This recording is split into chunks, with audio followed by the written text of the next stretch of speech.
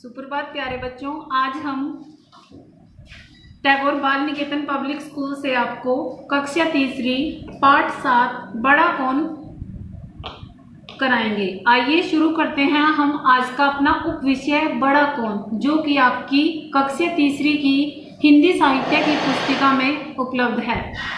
संवाद क्या होता है? इस पाठ की जो रूपरेखा है वह बातचीत के अंतर्गत दी गई है। इस पाठ में दो पात्र हैं, हवा और सूरज।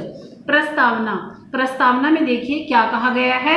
सूरज और हवा के बीच ताकत को लेकर हुई बहस का यही नतीजा निकला कि कोई छोटा या बड़ा नहीं होता, बल्कि सबका अपना अपना काम होता है, क्योंकि जो काम सुई कर सकती है वह काम धागा नहीं कर सकता, और जो काम धागा कर सकता है वह काम सुई नहीं कर सकती। अर्थात दोनों का अपना अपना अलग ही महत्व है। ना कोई छोटा होता है और ना कोई बड़ा होता है। परिकल्पना, सूरज और हवा के बीच हुआ फैसला तुम्हें कैसा लगा? वो आप पाठ को जब आप पढ़ोगे तब बताओगे मुझे कि आपको कैसा लगा है। उद्देश्य, कार्य के महत्व से परिचित करना तथा अनावश्यक प्रतिस्पर्धा से बचने के लिए प्रेरित करना। उद्देश्य क्या है हमारा कि कार्य के उद्देश्य से, जो कार्य का महत्व है उसके उद्देश्य को बच्चों को उसके उद्देश्य से परिचित कराना। देखिए शुरू करते हैं हम आज का पाठ बड़ा कौन। संवाद जो कि एक रूपरेखा है और जिसमें महज दो पात्र हैं, एक है हवा और एक है सूरज। एक बार हवा और सूरज आपस में बातें कर रहे थे। बात करते करते उनमें बहस हो गई कि उनमें से बड़ा कौन है। हवा बोली, मैं बड़ी हूँ। सूरज ने कहा, अपने आप कहने से कोई बड़ा नहीं होता। हवा, अगर मैं न रहूं तो यह दुनिया खत्म हो जाएगी। सूरज, भला वह कैसे?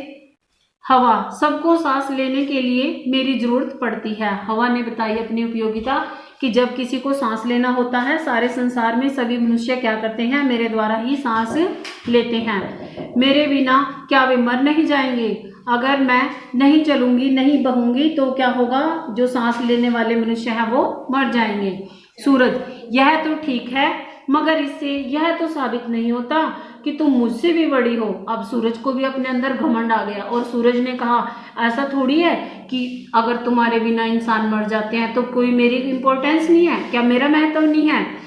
मेरे बिना भी यह दुनिया नहीं चल सकती। सूरज को भी अपने आप पर घमंड हुआ और सूरज ने कहा कि मेरे बगैर भी ये दुनिया नहीं चल सकती। हवा हैरान होकर, भला तुम ऐसा क्या करते हो? सूरज, मैं आता हूँ तो सुबह होती है, दिन होता है और दुनिया में रोशनी होती है। मैं न रहूं तो हमेशा रात रहेगी, अंधेरा रहेगा, न फूल खिलेंगे न चिड़िया चहकेंगी। हवा, तुम रोशनी देते हो, यह तो ठीक है, पर सूरज, पर क्या?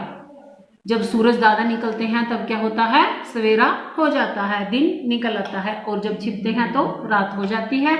यह बात अपने बारे में सूरज बहुत अच्छी बता रहा है। आगे देखिए, सूरज, पर क्या? हवा, पर जब तुम्हारी गर्मी से सब परेशान हो जाते हैं तब मैं ही ठंडक देती हूँ, सब मुझे ही बुलाते हैं। सूरज, जब लोगों को सर्दी लगती है तब वे मुझे याद करते हैं। हवा ने कहा, जब लोगों को गर्मी लगती है तब मैं लोगों को ठंडक देती हूँ। अब सूरज ने कहा कि जब लोगों को सर्दी लगती है तो लोग मुझे याद करते हैं। इस प्रकार दोनों में संवाद रूपरेखा चली हुई है, अर्थात तो आपस में बातचीत कर रहे हैं। हवा, क्या मेरी ताकत तुम नहीं जानते? हवा ने कहा, क्या तुम मेरी ताकत को नहीं जानते हो? जब मैं तेज आंधी बनकर चलती हूँ तो कोई मेरे सामने ठहर नहीं पाता। बड़े बड़े पेड़ भी उखड़ जाते हैं। देखते हो ना आप, जब तूफान आता है तो बड़े बड़े पेड़ गिर जाते हैं, उखाड़ धरती से, जमीन से जहाँ उनकी जड़ें होती हैं वो बाहर निकल आती हैं, अर्थात वो उखड़ जाते हैं। सूरज, अच्छा जरा दिखाओ तो अपनी ताकत। देखो, सड़क पर वह आदमी जा रहा है, जैसा कि आपकी बुक में चित्र में दर्शाया गया है। यह हवा है और यह एक आदमी कंबल ओढ़कर जा रहा है। उसने कंबल को लपेटे रखा है। उसका कंबल तो उतरवा कर दिखाओ।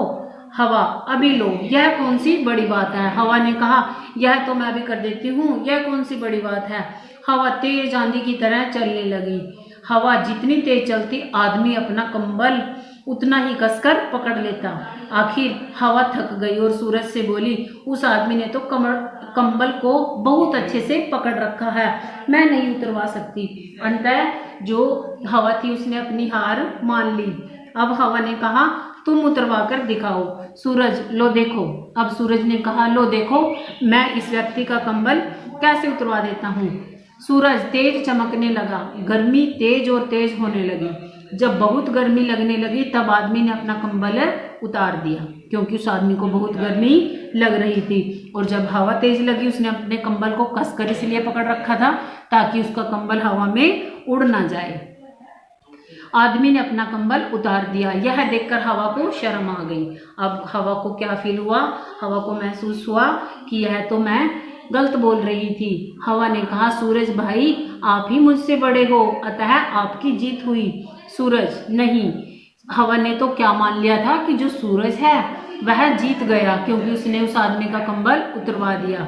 सूरज, नहीं, ऐसी बात नहीं है। अब सूरज कहता है कि ऐसी कोई बात नहीं है, हम दोनों अपना अपना काम करते हैं, हम एक दूसरे का काम नहीं कर सकते, क्योंकि जो हवा है वह हमें गर्मी नहीं दे सकती और जो सूरज है वह हमें ठंडक नहीं दे सकता। हम एक दूसरे का काम नहीं कर सकते। दुनिया को हम दोनों की जरूरत है, हम दोनों बराबर हैं। देखो कितना अच्छा उत्तर दिया सूरज ने, क्योंकि हमें अपनी बात पर घमंड नहीं करना चाहिए। इसलिए सूरज ने कहा कि हम तो दोनों बराबर हैं। जितनी संसार को आपकी जरूरत है उतनी ही मेरी जरूरत है।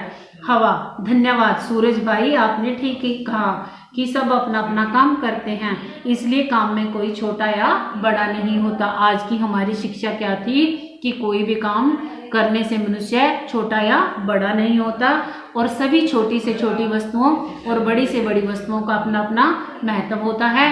जो काम सुई कर सकती है वह धागा नहीं कर सकता। इस प्रकार पाठ में आपको दर्शाया गया है कि सूरज और हवा की जो प्रमुखता है वह दोनों की बराबर है, अतः संसार को, इस प्रकृति को दोनों की एक समान जरूरत है। आइए हम अपने शब्दार्थ करते हैं। बहस, वाद विवाद। बहस किसके बीच हुई थी?